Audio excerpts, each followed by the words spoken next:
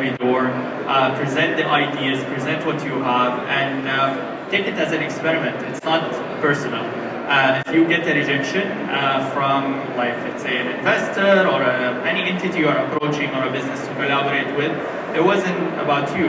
Maybe the proposal didn't make sense, it didn't come at the right time, blah, blah, blah. If you do it enough times with, like, improve over time as well, it will happen. So, yeah.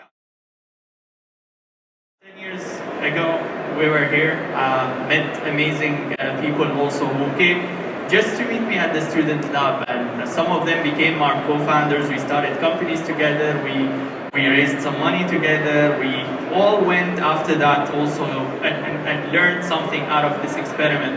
Not necessarily we made a little bit of money here and there from all the activities that we have done throughout these ventures, but actually we gained experiences. All of my team that started these companies went and worked for governments and large corporates, etc. It was the whole experience of trying and building things and being active in the ecosystem is what helped all of us be here today.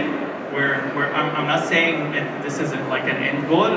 We're just starting, and there will be more if we're consistent and we keep moving in a dedicated way in the right direction that aligns with our values. So I would highly encourage you. There are billion of opportunities, I think, today in GITEX throughout this week. I myself met great panelists today and great visitors from across the region. And for you, it's just like one or two good meetings that will probably change the course of the next few years for you. So I'll highly encourage you to just like be proactive, meet people, present your ideas, ask them about their views, and see if there's anything that you guys can work together, be part of their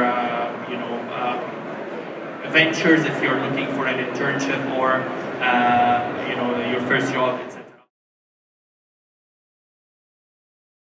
If you believe into something, you'll end up working more and more in that direction, and doors will open in that in that way. Before I come into this role 3 years ago, I have been doing similar to what I've been doing for almost 5 years. So I had a business which exactly focused on training developers, upskilling. We've been doing the first coding boot camp, we've been partnering with different universities, tech hubs, etc. And this is why I ended up naturally in a role that fits me. So it was an ideal match.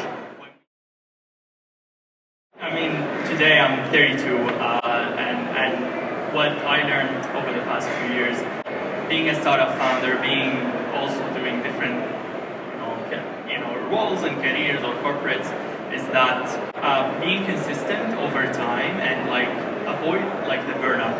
You might get excited, especially if you are building a business, and I've done it for so many years before my current role, and I'll come back to how it ended up being here. But throughout this journey, I have been doing the 12 hours or 16 hours and weekends and all, and I was always wondering on a weekend, why am I sitting here while all my employees are not there? Like, they're working there, I don't know, 8 hours and they leave, and I'm here. And I keep doing that, and it is fun at a time, and for certain personalities, you might be finding yourself like, this is where I should be. I don't want to have fun. This is a more productive way to doing things, and it is not technically right. You should be consistent in what you're doing. Don't do any energy sort of spikes.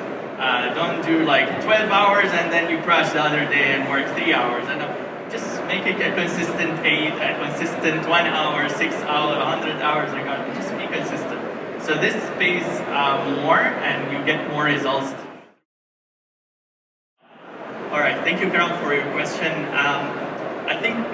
I brought this up because it has been like a recent learning. I would say in the past 2 years, I started discovering how much more important is that, because I've not been doing so great of an energy management throughout like startup ventures and all that kind of burnout. And like, to know the limit, I think the best like indicator is like how you feel the next day, or like following to that. If you're if first of all, try not to like test things throughout the week or throughout the month.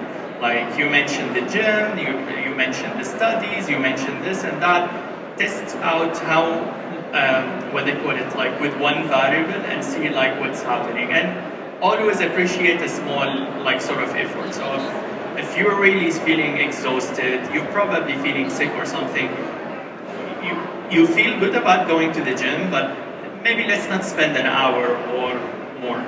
Let's maybe just do a little bit of like, I don't know, half an hour, low intensity, and like do what you can.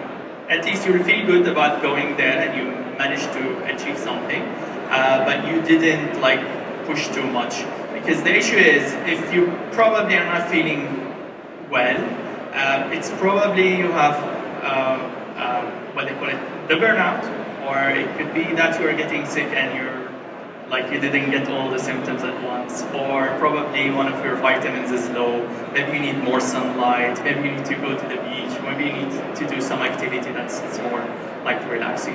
But in all cases, it's just try and always optimize to like the best energy level that you can, because it doesn't make sense that you are high on 1 or 2 days in the week and then you crash for